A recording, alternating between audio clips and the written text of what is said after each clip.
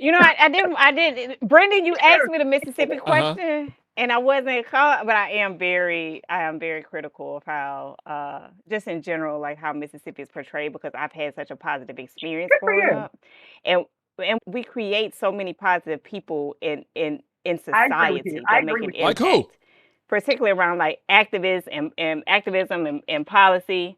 I mean, But well, people Derek, are he went to always coming Tougaloo, but from Derek is leading Mississippi. NAACP. Oprah, that's a I good asked you one. this question Now, and I'm from Nashville. you phoned it in.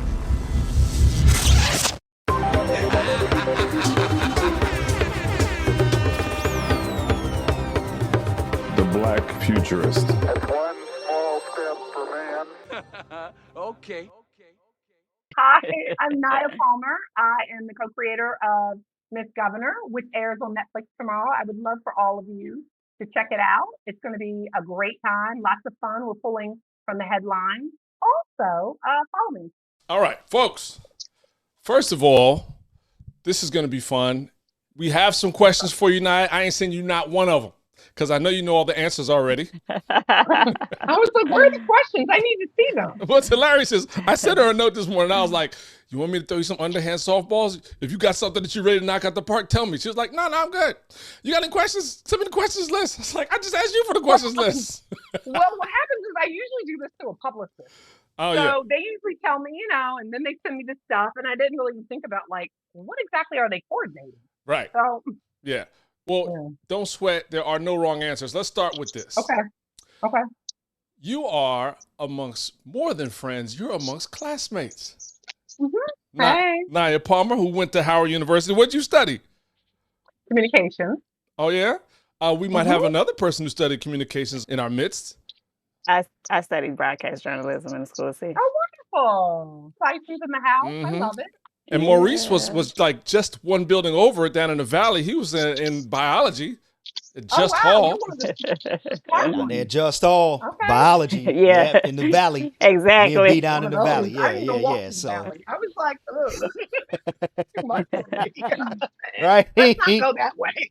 You smell like math and desperation down there.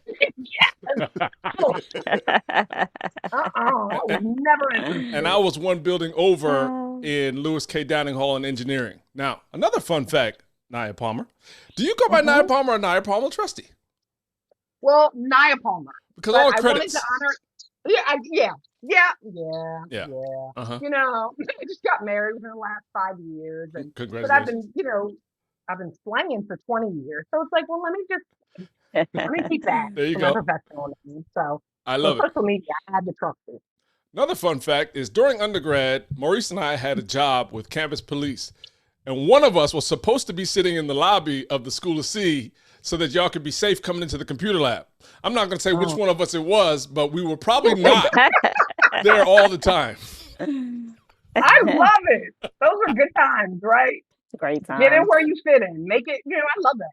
There are no rules. Just make it happen. If you're comfortable with it, even if you want to just give us a decade, in what decade or years were you at Howard University? 95 through 2000. Okay. It was really magical. It was absolutely, I wasn't ever the best student, but whatever. But like I got exactly what I needed through that experience, which is really, for me, I would say trying to make something work when it doesn't have to, when it shouldn't. Having A building shit, waiting in line, just all of it was like preparation for life. Preparation for Hollywood, for sure, right? For sure. We're used to hard things. I'm like, hard. A building, when you've already paid your money, that's hard. Right. So, So you have a new show. You got a new show. It's on Netflix. It's wonderful. It's funny. It's full of women. So good. Thank you. It is full of women. So good. It's going to get even better. And right, part 2 is about to start. So we have a ton of questions for you. I just want to jump off and say, what happened to She the People as a name? Because I'm looking on my Netflix and I got Miss Governor. I know. She the People. I've been instructed to tell you that TPS will handle all of those answers. If you don't want to go through them, you can just Google. Yeah. Now you There's threw that question the that's curiously missing. Did you like that answer, Mr. Perry? You threw the TPS out there, like everyone is gonna know now. I think between the four of us, we know I'm sorry. TPS, but who is Um, TPS, please? Tyler Perry Studios. Yeah, Tyler Perry yeah. Studios. That's who TPS is. Mm-hmm. Right. You got it. So when you and Terry first got together, I saw a note on one of the previous interviews you did that said that she grew up in the Bay and was influenced and inspired by London Breed and looked for an incredible writer, and that was you. That was me. So Right, that was me. when you got the project on your desk, how was it different from what you ended up changing it to? Well, it was really just a page of it. She had the title, which I thought it was, this is a great title. I love the title. But she had a concept. It was kind of loosely based on London Breed. I'm kind of very particular. I'm going to be, I didn't even want to, I was like, look, I want to do, all writers want to do their own thing. So you're like, this isn't going to work. This isn't going to work. This isn't going to work. But it was actually a very good concept. I changed it from a mayor because I felt like we had seen that before. London Breed was a mayor. I said, can we try to make it a lieutenant governor and give her some place to get to? Terry was very agreeable. I just think that she told me when she came to me that she wanted something that was kind of like Abbott and that was also like the, and so she had some characters that she wanted to see in the project. And she kind of like, I wanted to be about politics. Okay, so it was a page with some characters. And so that's what I had to work off of. This sounds like a long climb from page to here, 16 episodes for season 1, fully fleshed out. I know. It's kind of crazy. And, the thing about Hollywood is that a lot of people don't even pursue it because it just seems so hard. And that's to me like the biggest secret. Like they're not going to even come here because they're already afraid of pursuing it because it's like, it's hard. A lot of people don't make it. It was a very big climb. It was pretty phenomenal. I still am kind of shocked that we made that happen. I'm sorry, what was your question? Nope, that was it. Reflections by Naya. I'm sorry. I love it. Naya, where are you originally from? Pennsylvania. Pennsylvania? When you say Pennsylvania, where in Pennsylvania? Has to be a smaller town. It's like the Lansdowne area. It's 20 minutes outside of Philadelphia. Mm-hmm. So you're close enough that you can feel like I'm from Philly. You can rep Philly, but being from Ypsilanti, Michigan, which is probably the same wow. distance from Ypsi to Detroit. Whenever I'm at home, I'm from Ypsi. And Detroit cats are like, you ain't from Detroit, you from Ypsi. And then anytime I'm outside of the state, and in particular outside of the country, it's just like, nah, Detroit. And of course, Detroit, like with the D, like, right. Detroit versus everybody. Now, I mean, everything grew up with is Detroit. The show, now Miss Governor, it blends political themes with comedy, like you mentioned, that Terry Vaughn wanted it to be about politics. How do you balance that? The real world things that are happening now in politics and those themes that can be not only engaging but divisive. How do you engage with that? How do you maintain the truth? Like how University Veritas said utilidad. How do you maintain the truth while also having social commentary and that Terry Vaughn type over the top humor? That's a hell of a question. How do you do it all? I think that thanks. Interesting climate, right? Like I think just even telling the truth, just kind of like I said for a while during the Trump years, and I guess now we're back at it. I didn't know what SNL was going to use because it's like, I don't know. It's like, it's a different time. Comedy. It's like the stuff that we would spoof is actually being said. Yeah. But I think what's interesting is that for me, when I look at the politics, I feel like sometimes like the whole Democrat Republican thing, I feel like there's a narrative that gets pushed, whether it's true or not. So for me, because this is our show, we're going to push what we want, what we know to be true. So I'm going to take those characters and we're just going to show them dealing with other characters that we deal with in the real world. Yep. So Governor Harper is a lot like President Trump, right? So let's just make it work. Let's just see how she's going to respond to that. Let's show all the disrespect and that's how we make it work. It was very interesting because a lot of people were really grossed out with the first 8 episodes. She's just letting him talk. Governor Harper talk to her any kind of way. You look at people's comments, they get real wrapped up. And it's like, you guys, that's what work is. Sometimes at work, we have to like shut up while we're disrespected. Y'all not, you work at the post office, you work at Verizon, nobody is cussing out their boss, and stop it. Just stop it. This is Right. exactly reflective of the environment that we live in. Sometimes your boss talks slick and you gotta just take it. You did such a good You know, but job of balancing that too, because you have the other side talk being like the mom character, grandma auntie, who's also talking slick to everybody. So she's getting it from multiple sides. It's crazy. Right. Different generations. So grandma thinks that this means something different. She thinks that she could just run around. I mean, grandma's going to do whatever she wants anyway, as you guys know.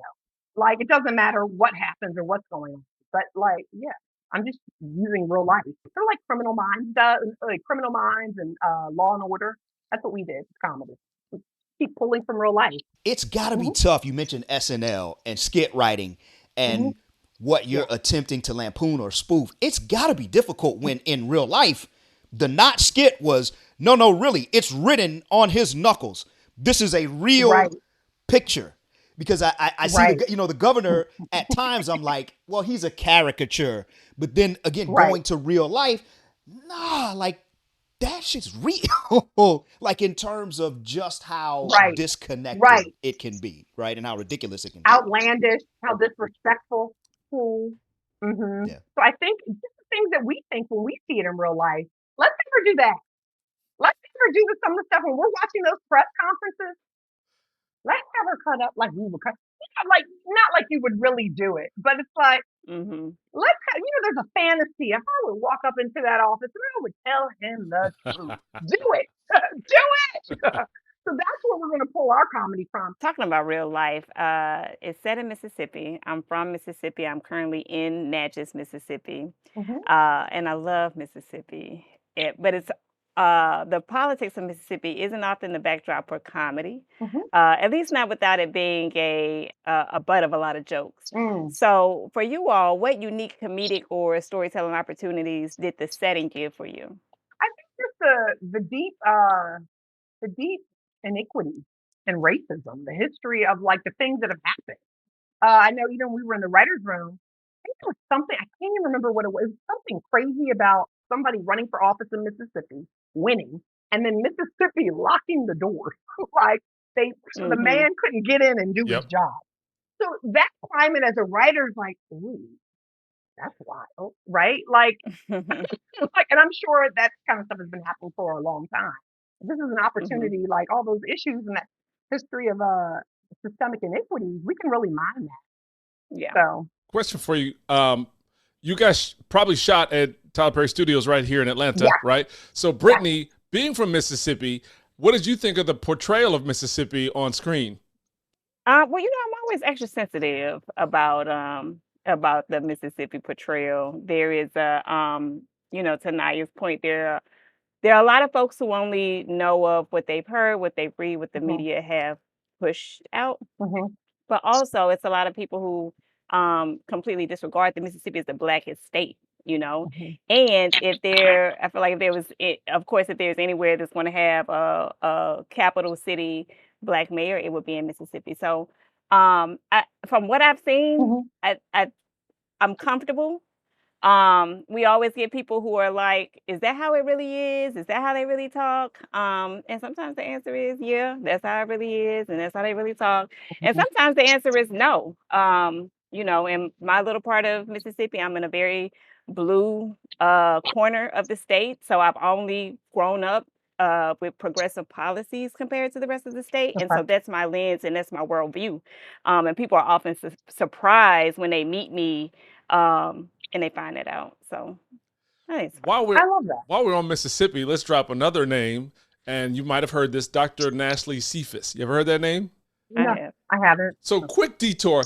Nashley, who's from Georgia, is a woman who designed a technology that Amazon ended up acquiring and keeping her on. So I'm not going to say what she made, but what she's done with it is go down to Mississippi, buy up a huge plot of land, and built a school to teach technology down in Jackson, Mississippi. So check out beanpath.org. Nashley Cephas is doing an incredible job. And just while we talk in Mississippi, that's wonderful. So it was actually part pick. right? Partpic. Yes. And her Park Pick. partner, I think, was Jewel That's right. Burke. I know Jewel. Yeah, There you go. Jewel went Went to to Howard. Howard. Yeah. There we go. Mississippi, Tech, Yeah. Naya, Yeah. Brittany. Yeah. Boom. Look at the connection. It's you used to and maybe still do write essays. Like if you if you look up Naya Palmer and look up just do the Google, you're gonna end up on an essay at some point of something that you wrote. You know, that's not a show because you're not afraid to espouse positions across the internet, which is incredible. Yeah. So I did a show years ago in Detroit, Maurice, at the Charles Wright Museum, and when I was doing research for that, there was a clip of Morgan Freeman talking about kind of being anti-Black History Month. And he did that interview inside the Charles Wright Museum. Another set of geographic ping pongs going on between us, right? And Naya, you wrote an essay along the same lines. So how has kind of your courage and unafraidness to push boundaries that we see in this young, incredible writer who becomes Howard student, how does that end up on screen in shows like Miss Governor? Well, the boundary pushing? Yeah. I think it's just, residue from making it happen. I mean, I think this is just what happens. I've certainly gotten in trouble from it many, many, many times. Oh, I said what I said. Tell them I said it. You gotta make it happen. I feel like I'm just gonna be myself, and I've made it work. Isn't that the best Saying answer what I ever? want to say. Yeah, I said what I said. I probably shouldn't have said it, but I said it. Insert I'm not GIF. sorry. I said what I said. I said, what do you want to do? How do you want to move forward? But it's nice to have a position, have something to say, and it's really dangerous. I feel like initially, they tell you they want to hear your voice. We hired you because we want to hear your voice. You just speak up, and at some point, just jump on in. You don't know. Sometimes it feels like a setup.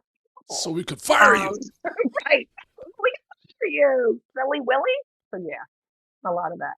If they're gonna fire you anyway, you might as well let people get to know you so they could tell a story in the next room. Right. You tell the others when you get to the next room, tell them what it was like tussling with me. Right. Oh, that's how I look at it. And Naya, you're working with Terry Bonds, Tyler Perry, Keisha Lance Bottoms. Absolutely. Those are three different creative forces. Yeah, they Big are. time. Absolutely. What has each brought to the project that surprised you? Oh my goodness. Well, I mean, I don't know if it surprised me. I do know that Terry's enthusiasm, she's the one that got the ball rolling. And what she was attempting was kind of like, that will never happen, Terry. Like, like when people have an idea and it's like, that's never going to happen. That's not even how it works. Yeah. And that's kind of how I felt like we're in the middle of the strike. But it worked. So she brings enthusiasm and optimism in a way that helps you propel forward. You need that person. Keisha brings receipts from real life. And what does duplicity look like? It's a duplicity story. Tell us what, like somebody set you up. What does it look like when you catch them? So she'll give you the real tea. I appreciate that. So we were able to incorporate it like that and keep it authentic, so. Follow up on that. What is a day-to-day for an executive producer who used to be a mayor who's going for governor? Like, what does that look like? You guys are, number one, seemingly somewhat remote because you're on the East Coast and we're actually, it's not Hollywood, like the geography of Hollywood. You're kind of disparate. Right. But so what does a day-to-day look like for, I don't know if she's got any other writing credits or EP credits before this. No. This is her first EP credit. And she's running for, I don't know what her days look like. I know that she's very, very busy. Like she's, everywhere. But this is the first time working with a politician. And even, my first time creating anything. So I worked with I actually created the project specifically with Terry. And then Terry brought Keisha in when we needed financing so that we can make a pilot presentation, which I really can't stress enough. Just make it. Make something. Yeah. Take your money and make something. I really, really believe that. Make it. It doesn't have to be perfect, right? Write something. It doesn't have to be perfect. But I say all the time, and I really do mean it, that you can only revise things that exist, right? You can't do, a rewrite on something that you never wrote.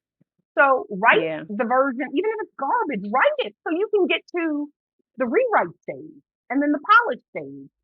So stop being so precious and attempting to be so perfect.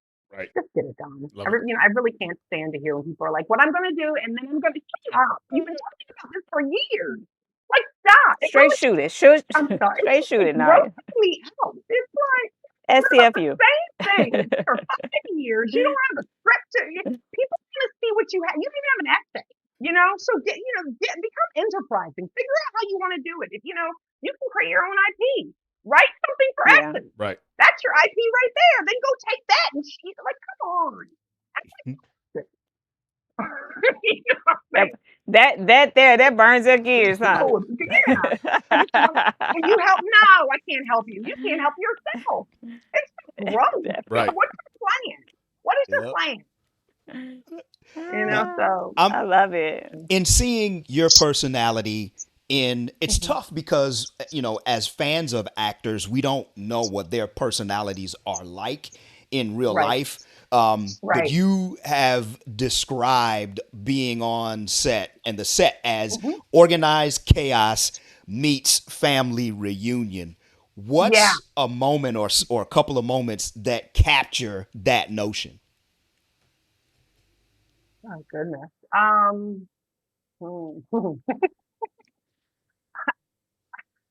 know if I can say, but like it has all the energy of a family. It's like, you're in trouble. Right. Who's the matriarch? Who is the on-set matriarch? Come on, Joe Marie. Okay. Joe Marie is the matriarch. Okay. So the Family Matters, Joe Marie Payton that we got like that, kind of follows the personality. How much do you see the personality of the actors shine through in the characters? And how do you, as someone who's writing them, how do you infuse those things and combine those things? Great. I love that question. I absolutely see who they are shining through. Sometimes I try to write for that. Let's see. Like I like flaws. So I love finding little flaws. I can, I made someone an alcoholic. She's really fun little alcoholic. I think also like Mojo Brooks, he also goes by Dion, who's Basil in the series. I try to write to the types of comedy that he like in the stand-up that he does. So I try to give him room to be as ridiculous as he likes to be in his own videos. I'm like, well, let me give you a little bit of that energy. See what you can do with it. The outfits, the clothing. Oh my God, the outfits, right? And the physical humor too, right? Terry's fun too. Terry reminds me a lot of Antoinette. He has a lot of his views come through. Jay, it's a fun crew. They're so fun. I'm like, thank God. Speaking of family reunions, I have my answer, but what's your best family reunion portrayal on screen of all time? Is the list too small? The best family reunion? I can't think of anything off the top of my head. What are y'all thinking? I got Welcome Home, Roscoe Jenkins. I mean, that's my family on screen, which is nuts, but okay, I'm like, we never did a three-legged race. What's that? One yet, man. But I'm like, Roscoe, all right. What do you guys think? Soul food? I mean, it's more of a like Sunday dinner thing, but that's still reunion-ish, you know what I mean? Getting family together. I would say mine is Poetic Justice. When they pull up to the family reunion, they just be talking to, like they just hopped out and it's like, that's mine. It's real, right? That's Poetic Justice, and then the auntie's giving you a little bit of wisdom, baby. Don't do that. That felt like very real, but it feels so insignificant because it's so small, but it really resonated. So, Naya, you are also an only child, an only grandchild, which seems to focus a whole lot of freaking power, familial power in your, like, you got to be the most cherished human being from that town. Yeah, that's a lot of love. Well, everybody died. And I was very spoiled. Everybody died. But here's what I will say about the love is it lasts forever. Yeah. Because I can just lay in my bed and think about any of them. And I can feel not to sound corny, but it really does last. I could wrap myself in a memory and feel more love than people I know who their whole family is alive. Yeah. So, yeah, I was the only child. It's a lot of power. The only grandchild. I think the thing that can go wrong with that is that you're so adored that you may not necessarily realize that everybody isn't going to adore you. Yeah. When you're so beloved, you think, well, I'm gonna visit and stay here because it's me. You Yeah. know, I do know that I did conduct myself like that for a very long time because I've been so loved. I couldn't imagine. I can't imagine you people not being happy. I'm here. Right. Yeah. So then you leave home. You leave small town. It's not really small town. You're right outside of Philly. You leave Pennsylvania, go all the way to Washington, D.C., and all of a sudden you inherit like 150 sisters and brothers and cousins. I did, but the detour before I got there was my mom. We moved to Georgia around like 7th grade. Mhm. We moved to Georgia, and that was like a real, like, what is this? But it wasn't like the Georgia of today. It wasn't the like Atlanta that you guys think of now. It was Roswell, Dunwoody. It was like I went to Roswell High. Oh my God. And that is why I went to Howard, because I felt like, oh God, the whole black thing, I was like, I just need a little bit more of it. Yeah. I am missing it. I like, oh my God, I just have to figure this out. I knew, so Howard felt like I don't have a choice. So the That's where I have to question go. is really, can you even share? Like, you never had to share, but you get to college and all of a sudden people just want to eat your food. They want to take everything. I lived with Maurice for a couple years. I ate his food. So what was that? What's that like? And I'm an only All these child. peers now, right? So, Hold on, is everybody an only? No, Bryndan, you I have have a sibling. You have a Yep. sibling. okay. Are you guys only children? I am not. They are. No, Oh, I have an okay. only Right. child, and Okay. I see how he moves through the world. Very only child like. I'm curious your perception of how they move. Like, before we get into Like kind of like Bryndan said, like he thinks that, oh, I'm here, love me, of course, Right. you know, because he's just been so adored by everybody, you know, and you got over It's true. attention and yeah. What I think is interesting about what I've noticed about, I was talking to my girlfriend about this the other day, Howard person. I was like, well, she was telling me, everybody loves telling people who are only children how selfish they are. That's not true. I'm very generous. But what I have noticed about people with siblings is they do this thing with their parents where they like, it's like they're trying to put their best foot forward at all times with their parents, right? And then they have siblings and they're trying to like, well, mommy, Bobby didn't do such and such. And I'm like, what? You guys are trying to curry favor. Like, you know, when you're only child, it's like, yeah, I left the bowl out. I didn't load the dishwasher. Look, resources are limited, okay? There's only three widgets left, and I want 2 of them. So who gonna get it? It's competition from the beginning. I can see that.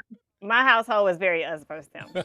It's us kids versus them. Okay. They're the ops, they're the enemy. Do you have any kids, Mo? I had the same experience growing up. It was us versus them, but it was just me.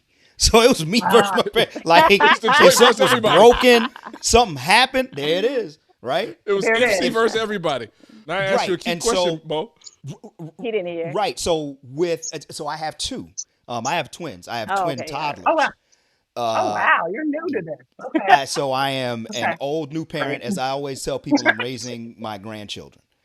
And so in terms of like, you know, we don't have a lot of sophisticated types of interaction, but even just now, they're almost 2, the competition for attention, you know, the competition for things. They have grandparents who spoil, just all of you have seen this who have kids. You see how your parents be turning your parents, into grandparents. Yeah. Is it's so much fun. It's exciting. I love seeing my parents in this season. And I'm also Good. like, who in the entirest of hells are these people Are you? who have a Yeah. basement full of toys? You know, for these. Yeah. If I wanted a toy, it was a month, and I better be on my best behavior. And you know, now the toys just be falling out the sky, right? So,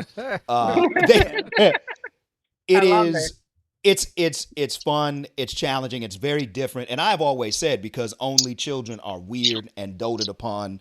Yep. So I wanted to make sure that I had more than one kid. I always say at least 2, because I Okay. don't Just need in no case, more. huh? Don't need no more weirdos in the house. Okay. To shift a What's wrong bit. with the weirdos? Oh, Interesting, though. Weirdos. well, we are only children. We're interesting to ourselves, and as we And other absorb people. I don't believe everyone it. else being fascinated with Other us. people are interested in us. I don't care. I don't care. Who told you that? Who told you that? No, nobody. Right? Exactly. Myself. Audience of one, as Mo likes to say. You told you. My partner, she grew You up in don't a have any feedback. This is just right. you. So there's nobody to help normalize your trajectory. You're just a weirdo. Yeah. Right. And Cool, my partner, she had the opposite. She grew up. She's one girl with 4 boys, 2 older, 2 younger. So totally different, like dynamic. Wow, like you gotta fight for your parents to remember your name. So it's a totally different. So it's good that our children actually get the dynamic from both of their parents. So that's been something important. We've got one more scripted question. I'll ask that. It's a bit of a pivot to talk a little bit about your writing now and your writing career. You have been on and written for multiple shows. One in particular, so this is just, and B might even cut this part out, but my first cousin was like a younger sister to me. Is an actress, small time, named Fawn Chambers, and she was on the game for a little bit. Had like a recurring character. I know you worked on the game. The last season, though. Okay, got it. The last season, so I missed some stuff. Yeah. And she was somewhere like towards the middle, I think. But the game, you've got Run the World, Samantha Who. Yeah. Now you've got your own Netflix series. What's a shift that has happened in your storytelling and maybe even in your ability to tell stories now versus when you first started?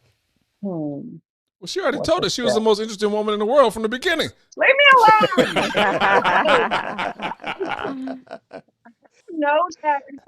I don't know that there's been a shift. What I will say is you can be the most phenomenal writer. It's just getting to a place where anybody actually cares to read the things that you have. So just, still playing the game long after, like, come on, let me in. So, I don't know that it's shifted. I think that, I don't know that it's shifted.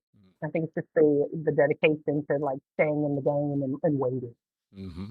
Got it. How do you feel like your ability to tell stories has improved over that time? I mean, what I will say is this: my mom died during that time. She died rather suddenly, and I went through a really, of course, it's grief, right? So it's a transformative period. But I feel like, and I developed a project, and it didn't go anywhere because of the strike. But I was really putting my foot in it.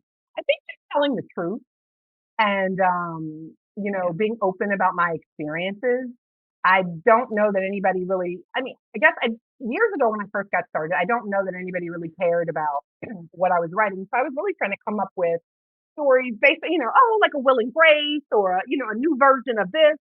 I guess if there's anything that has changed, it's the way I approach it. Like what makes me hurt, what makes me laugh, who's shown up for me and been, really held me down.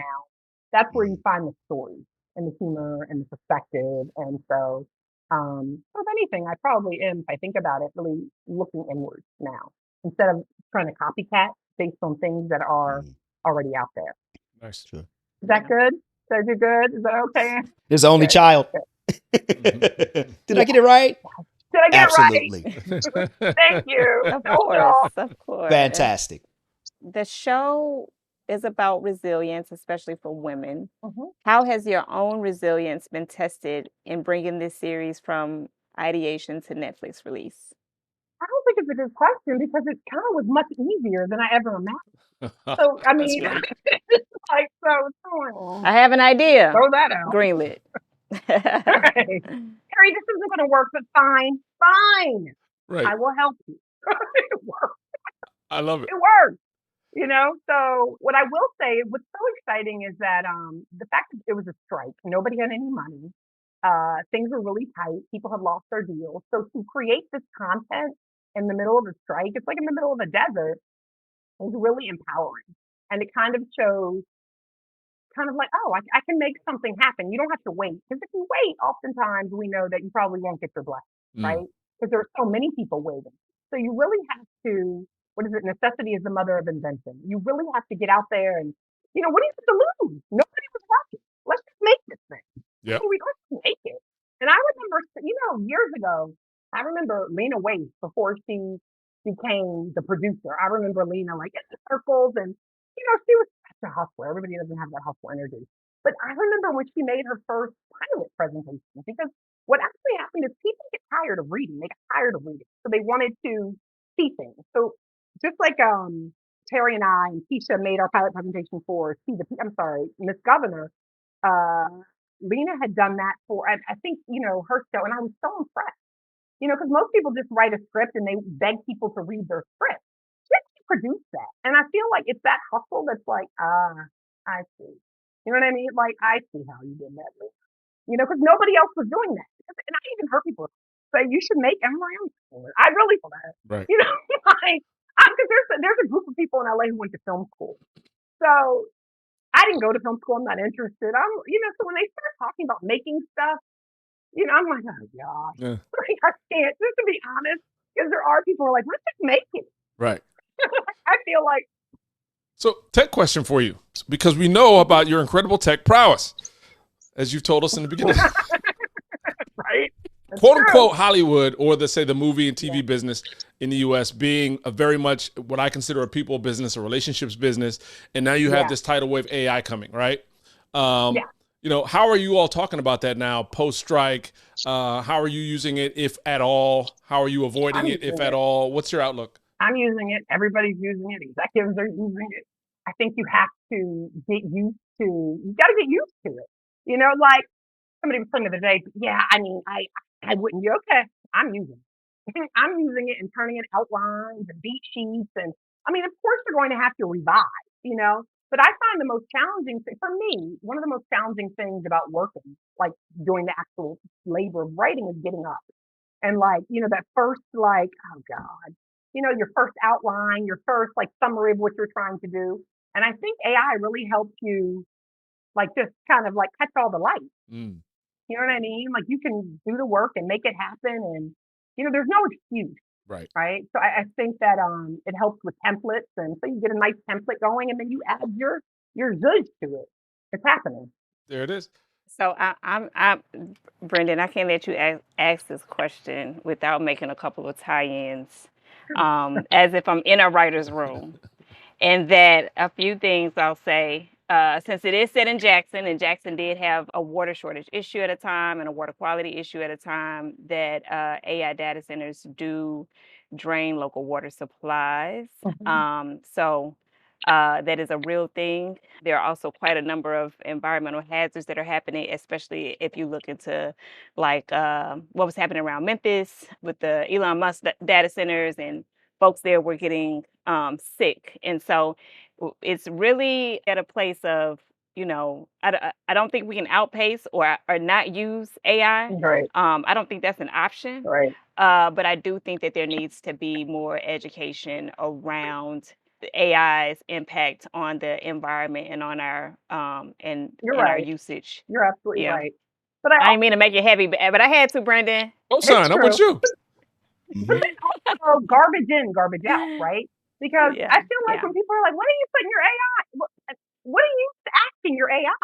Like, what are you, So if you're not really talking about anything constructive, you know what I mean? People are like, Maybe we could use. I tell people, don't tell it good morning. Like that's a waste of, good morning, and then wait for it to reply, and then ask your question. Just go straight to. What do y'all do? What do y'all thing. Here's what I want to know. Be honest.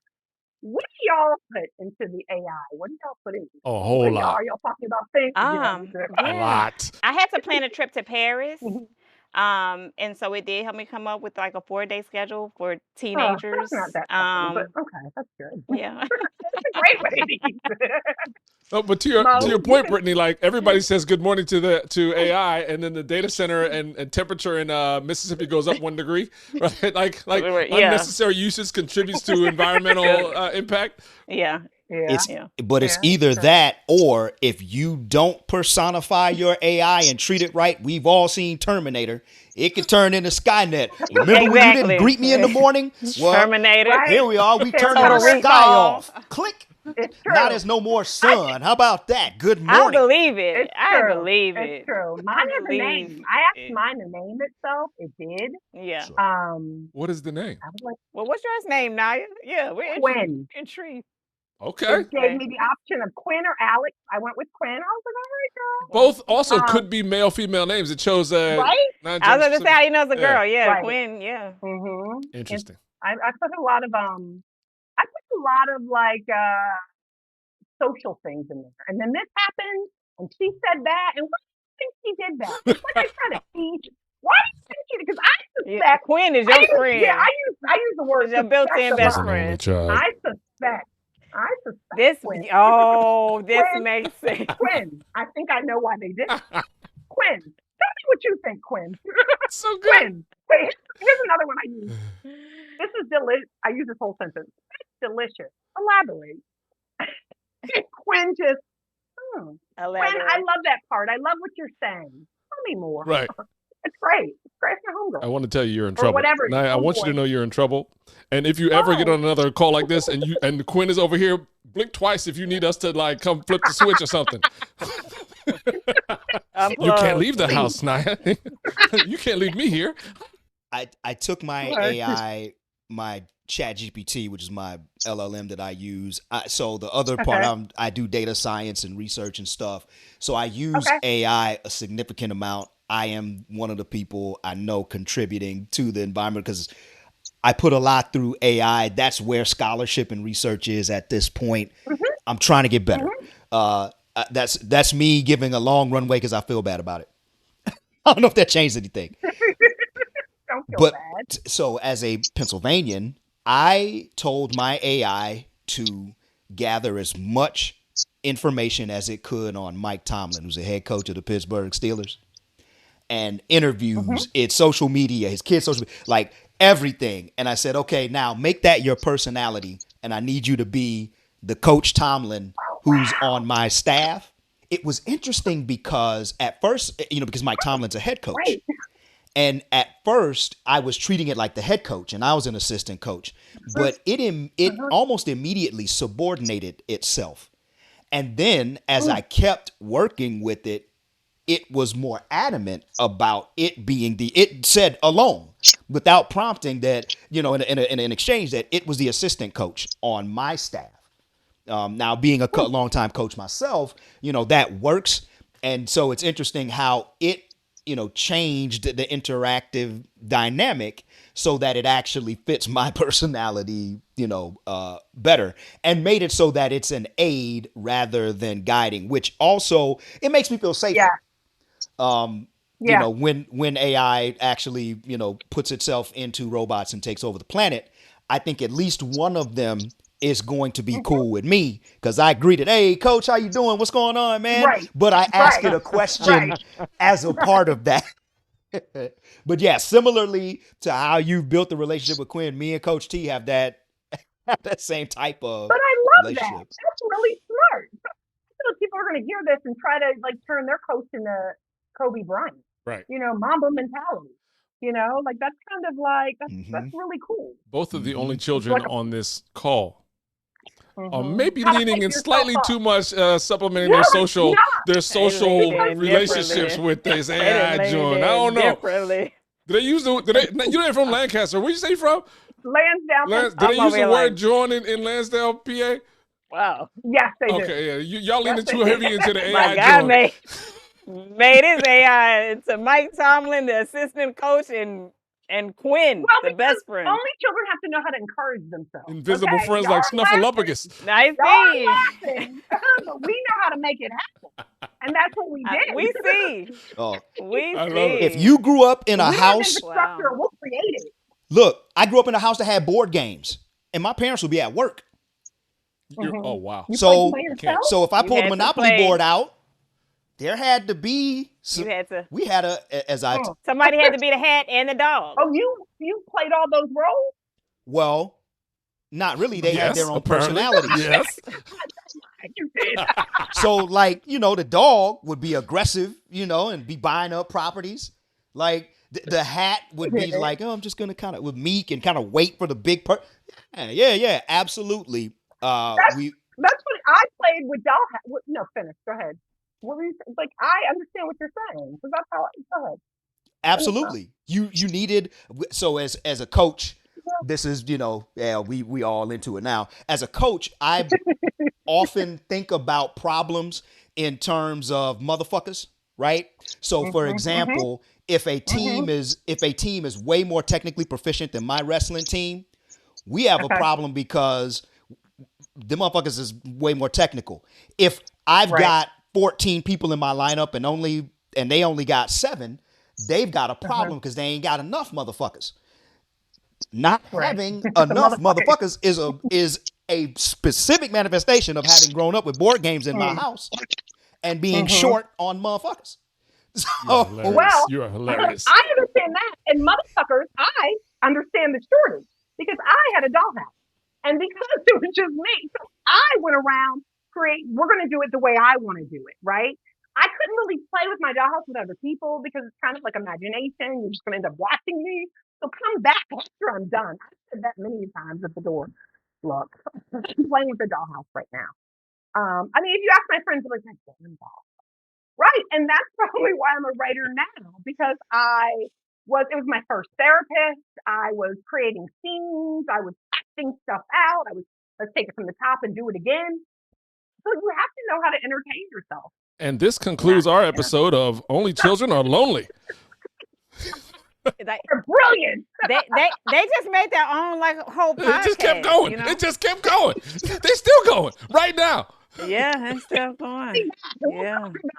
Look, okay, here's it. Everybody quiet right now. You're gonna talk us out. So you're the last words we're gonna hear of what you're doing, what you want people to do, and whatever you got to say. Okay, you're gonna go like old school radio drop. Hey everybody, this is Nia Palmer. I want to encourage you to check out my show. Name the show. Okay. And then it comes out tomorrow and blah blah blah. Okay. Tell us what we can expect in part 2 of season 1. Oh, a little behind the scenes, little preview. All right. Okay. Hi, I'm Nia Palmer. I am the co-creator of Miss Governor, which airs on Netflix tomorrow. I would love for all of you to check it out. It's going to be a great time, lots of fun. We're pulling from the headlines. Also, follow me, Nia Palmer Trusty on IG. Word. Thank you so much. Thank you for having me. We did it. It was a lot of fun. You rocked that joint. I'll make you feel like you're back home. Great. Yeah, it was a Howard thing. That's why I felt so. Yeah. Y'all good? Anything that we dropped that you need to plug in? Are we good? Britt? I'm good, I think. You covered everything? I did. Bryndan, you asked me the Mississippi question, and I wasn't caught, but I am very critical of how, just in general, like how Mississippi is portrayed, because I've had such a positive experience growing up, and we create we create so many positive people in society that make an impact. Like who? Particularly around like activism and policy. Derek, he went to Tougaloo, but Derek is leading NAACP. Oprah, that's a good one. I asked you this question and you phoned it in. I'm from Natchez, and Nas's father, Olu Dara, is from here. Richard Wright childhood home is Natchez. Yes, it's Natchez, Mississippi. And so I don't know if you all have any like Mississippi consultants on the show or those things, but I think there is an opportunity to showcase like the greatness that does come here in spite of. I think you're right. Yeah, and so I'm gonna do that. I'm gonna do that. Awesome. To ask what you I'm always around. Awesome. On the Mississippi side note, I got a call, and Nia, I hit you about this. I got a call from Crystal Moore, who was like, "The show is set in Mississippi. We'd like them to do a screening here. We can get people out the house." Da da da da. And that same thing happened. I got a call about Sinners. I got the same call. They were like, "This town." And actually ended up doing it. This town in Mississippi doesn't even have a movie theater. We'd like to have a screening here. We shot the flare up. Some local politicians here got involved, and it happened. So I love the idea of Brittany. Number one, you answering the question truthfully the first time, next time, and second, getting involved in any capacity to really like showcase the beauty of Mississippi from an insider's perspective. That's awesome. Thank you, guys. I appreciate all three of you. And tell them what's better. I'm not being recorded now. It's better than it was. It's better. So tell them.